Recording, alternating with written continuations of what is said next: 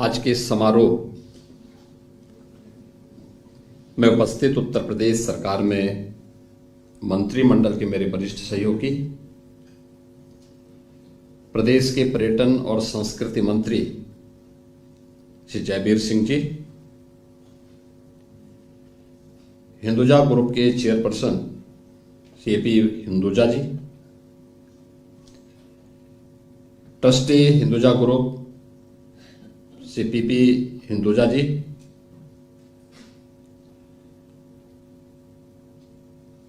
और जिस आयोजन के साथ हम सब जुड़ रहे हैं, जिस पुस्तक का भी यहाँ पे विमोचन हुआ है, पुस्तक के यशस्वी लेखक प्रोफेसर देवेंद्र हांडा जी, आज के समारोह में उपस्थित हिंदुजा फाउंडेशन से जुड़े हुए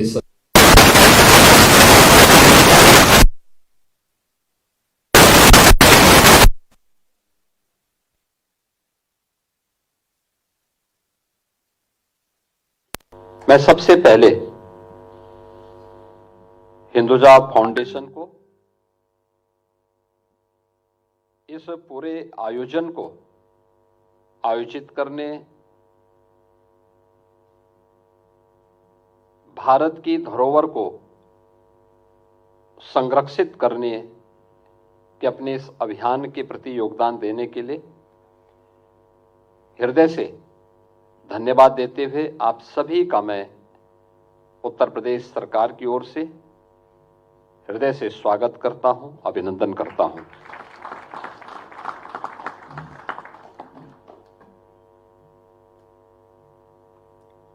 यह पुस्तक और ये समारोह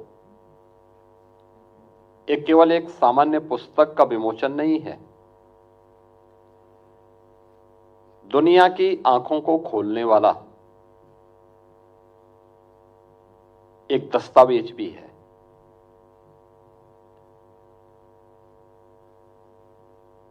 हम इस बात से पूरी मजबूती के साथ कह सकते हैं कि महाभारत जिस भारत के बारे में कहता है कि दुर्लभम भारतीय जन्म मानुषम तत्र दुर्लभम, यानी भारत में जन्म लेना दुर्लभ है और उसमें भी मनुष्य के रूप में जन्म लेना तो और भी दुर्लभ है। उसकी एक झलक हिंदुजा फाउंडेशन और प्रोफेसर देवेंद्र हांडा जी ने इस पुस्तक के माध्यम से आप सबके सामने प्रस्तुत किया है, और यहां पर जो ये प्रदर्शनी लगाई गई है ये उसकी एक झलक भी है। क्योंकि बहुत सारे लोगों को आपत्ति हो सकती होगी, क्योंकि इस आपत्ति के बहुत सारे कारण हैं। याद करिए, बहुत सारे पश्चिमी विद्वानों ने हमेशा इस बात को माना है और इस बात को बार बार कहते रहे हैं कि भारत एक इकाई नहीं थी। वे अपने आप के विद्वान कहते हैं, लेकिन उनके द्वारा लगातार ये साजिश और दुष्प्रचार किया जाता रहा है। 1947 में देश उसका भुक्तभोगी बना था, जब भारत के दो अभिन्न हिस्से भारत से अलग कर दिए गए थे। वे भारत के अंदर जो ब्रिटिशर की साजिश थी कि भारत एक इकाई नहीं, वे अलग अलग भागों में उसको विभाजित करना चाहते थे। उनकी मंशा थी अपने आप को दिखाने के लिए कि हम ही शासन कर सकते हैं, इनको शासन करना नहीं आता, और वे भारत को उस दिश से कमजोर करने के लिए उन्होंने उस समय जो साजिशें रची, लेकिन इस भारत ने उस समय भी उसका जोरदार प्रतिकार किया। याद करिए ना, भारत कब एक नहीं था। जब भारतीय मनीषा इस बात का उद्घोष करती है, उत्तरम यत् समुद्रस्य हिमाद्रेस्यैव दक्षिणम वर्षम तद भारतम नाम भारती तत्र संतति। आप याद करिए ना,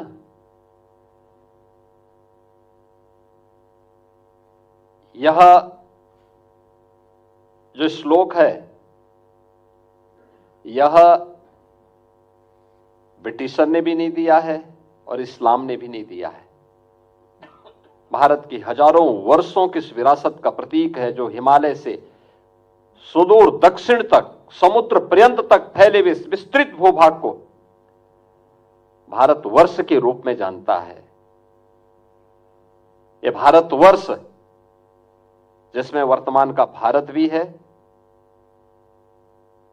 पाकिस्तान भी है, बांग्लादेश भी है, ये बृहत्तर भारत, यही बृहत्तर भारत, यही भारतीयों का देश है। इसकी संतति भारतीय कहलाती है। ये हजारों वर्षों की इस विरासत को लोग विस्मृत कर दिए, इसलिए इस प्रकार की टिप्पणियां करते हैं। ये जो सिक्के यहां प्रदर्शित किए गए हैं उत्तर भारत से जुड़े हुए, और पुस्तक की जो टाइटल भी दी गई है कि प्रारंभिक उत्तर भारत और इसके सिक्के, आपने देखा होगा इसमें अयोध्या के सिक्के भी हैं, इसमें गुप्त काल और मौर्य काल से जुड़े हुए भी सिक्के हैं। यानी हिंदुजा फाउंडेशन ने 34,000 से अधिक ऐसे सिक्के जो भारत की धरोहर के रूप में,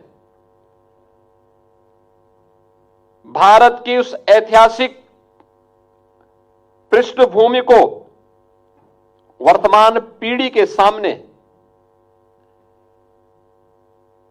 एक बेहतरीन प्रमाण के साथ प्रस्तुत करता है। और यह जो पुस्तक है, पुस्तक ने तो अपने आप में 2500 वर्ष की इस विरासत को हमारे सामने रखा है। याद करिए ना, आज के जो पाश्चात्य इतिहासकार हैं, इनको 2000 वर्ष पुरानी किसी भी बारे में कोई जानकारी नहीं है। 2000 वर्ष पुरानी का मतलब उनका यह मानना है कि 2000 वर्ष पहले कुछ था ही नहीं, और उस समय की उनकी जो धारणा है वह तो आप उनके विभिन्न ग्रंथों के माध्यम से देख सकते हैं। लेकिन भारत ने कभी भी हमेशा से तथ्य और प्रमाण को सामने रख करके फिर उसको अपने सामने प्रस्तुत किया। काशी के सिक्के भी हैं, अयोध्या के भी सिक्के हैं, कौशांबी के हैं, पांचाल जनपद का भी है, मथुरा का भी है। यानी उन सभी क्षेत्रों से जुड़े हुए दुर्लभ सिक्के, और उसमें भी उनकी ये सिक्के कुछ तो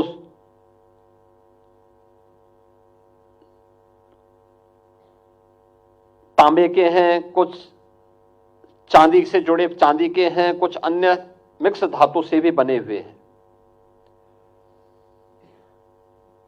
इन सिक्कों से हमें उस समय की मापक पद्धति के बारे में भी और उस समय के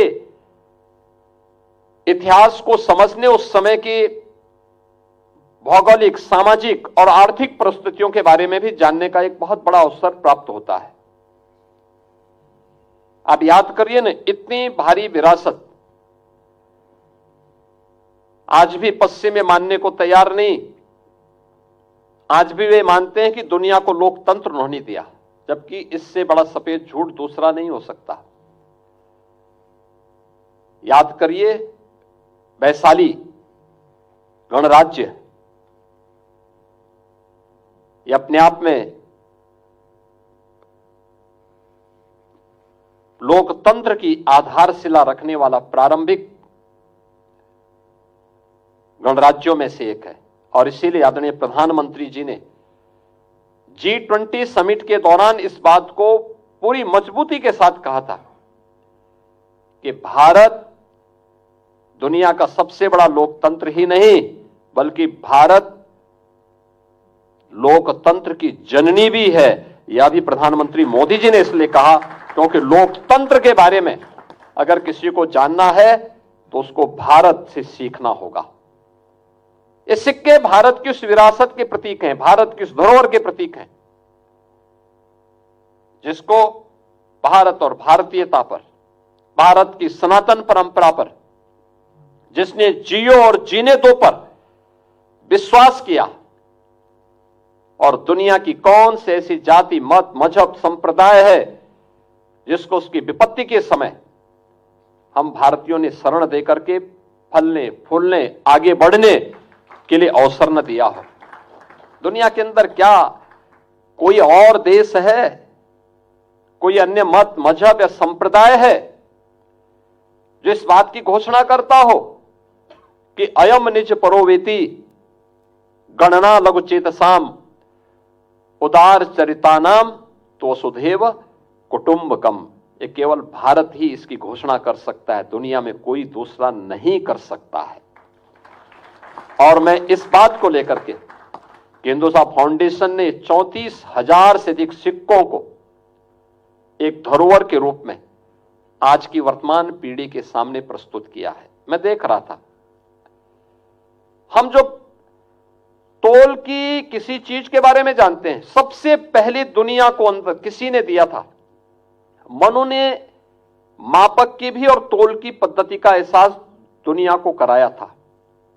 आपने देखा होगा उसमें आज भी हमारे यहां बहुत सारे पुराने जो भी धातु हैं उनका मापन हम लोग उसी रूप में लेते हैं। देखो उसमें मासा भी है जो सबसे छोटी तोल की इकाई है, तोला भी है। मुझे लगता है कि तोला तो अब केवल लोग सोने को ही उसके रूप में लेते हैं, सामान्य उसके रूप में नहीं लेते। और सोने का दाम तो लोग देख ही रहे हैं कि कितना, अब मैं उसको महंगा कहूं या सस्ता कहूं, लेकिन उसकी कीमत आसमान छू रही है। लेकिन आप देखें ना, मासा भी है, तोला भी है, सिक्कों के मापक भी उसी रूप में दिए गए, उसी रूप में बनाए गए हैं। और कितनी दुर्लभ धरोहर है।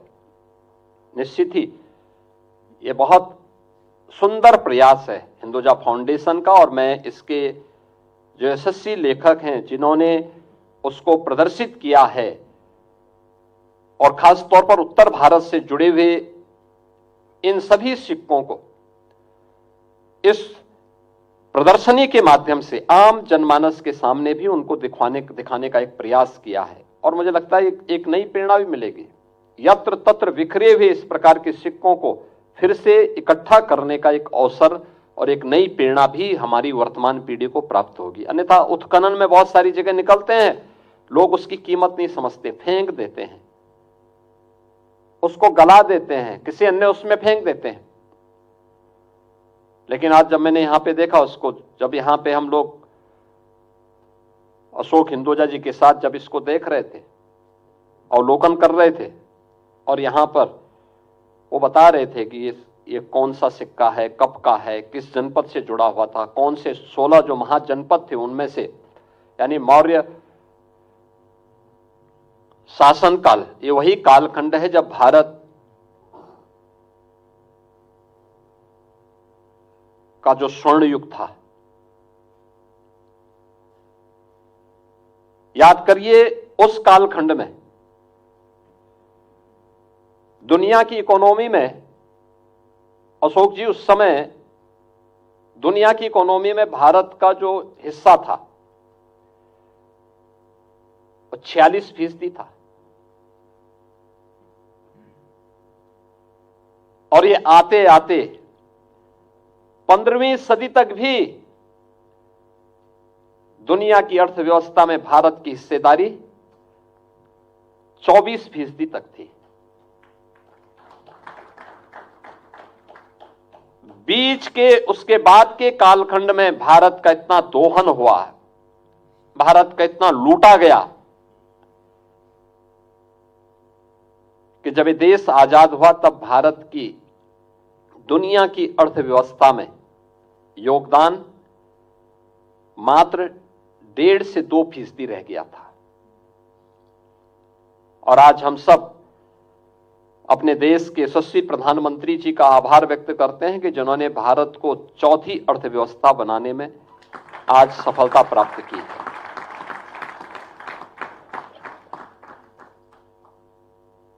इकोनॉमी तब ग्रोथ करती है जब उस प्रकार का वातावरण हो, सुरक्षा का माहौल हो, अनुकूल वातावरण पैदा करना सरकार के साथ साथ समाज का भी समान दायित्व बनता है। सभी लोग मिलकर के जब प्रयास करते हैं तो उस प्रकार की स्थितियां पैदा करती हैं। आज उस दिशा में हम आगे बढ़े हैं और इसीलिए अपनी उस धरोहर को सजोने के लिए, विरासत पर गौरव की अनुभूति हर भारतीय कर सके, इसके लिए प्रधानमंत्री जी ने देश के सामने विजन 2047 रखा है। विजन 2047 का उद्देश्य भी है पंच प्रण के साथ 11 संकल्पों के साथ हर भारतीय को जोड़ना, जिसमें से पहला ही जो प्रण है वह है विरासत पर गौरव की अनुभूति करना। 500 वर्षों के बाद अयोध्या में श्री राम जन्मभूमि पर प्रभु श्री राम का भव्य मंदिर का निर्माण, ये उसी विरासत का प्रतीक है। काशी में काशी विश्वनाथ मंदिर का पुनरुद्धार और एक विशाल धाम का निर्माण, ये प्रधानमंत्री जी के उसी विजन का परिणाम है। भारत की वैदिक कालीन, रामायण कालीन, महाभारत कालीन और ऐतिहासिक पृष्ठभूमि से जुड़ी हुई धरोहर को संरक्षित करना, उसका संवर्धन करना, उसको आगे बढ़ाने की प्रक्रिया उसी का हिस्सा है। और यही है जो एक भारत श्रेष्ठ भारत की उस परिकल्पना को साकार कर रहा है। उत्तर से दक्षिण तक, पूरब से पश्चिम तक पूरे भारत को एकता के सूत्र में बांध करके विश्व मानवता के लिए फिर से भारत के उस संदेश को पहुंचाना, यही भारत का उद्देश्य है। लेकिन इसके लिए हमें उस प्रकार के वातावरण के साथ अपने आप को जोड़ना पड़ेगा। और मुझे बहुत प्रसन्नता है कि आज उत्तर भारत के जो 9,000 से अधिक सिक्कों का संग्रह हिंदुजा फाउंडेशन ने किया है, उसके लिए प्रारंभिक उत्तर भारत और उसके सिक्के, इससे संबंधित इस पुस्तक का विमोचन का कार्यक्रम यहां पर हुआ है। मैं इस पुस्तक के यशस्वी लेखक आचार्य देवेंद्र हांडा जी को और उनकी पूरी सहयोग, उस पूरी टीम को, उनके पूरी सभी सहयोगियों को हृदय से बधाई देता हूं, अपनी शुभकामनाएं देता हूं। ईश्वर उनको स्वस्थ रखें, दीर्घायु करें और वह इसमें और भी अच्छे कार्यों को आगे बढ़ा सकेंगे। इस विश्वास के साथ मैं एक बार फिर से हिंदुजा फाउंडेशन, आचार्य देवेंद्र हांडा जी और उनकी पूरी टीम के प्रति हृदय से धन्यवाद देते हुए अपनी बधाई देता हूं, अपनी मंगलमय शुभकामनाएं देता हूं। धन्यवाद। जय हिंद।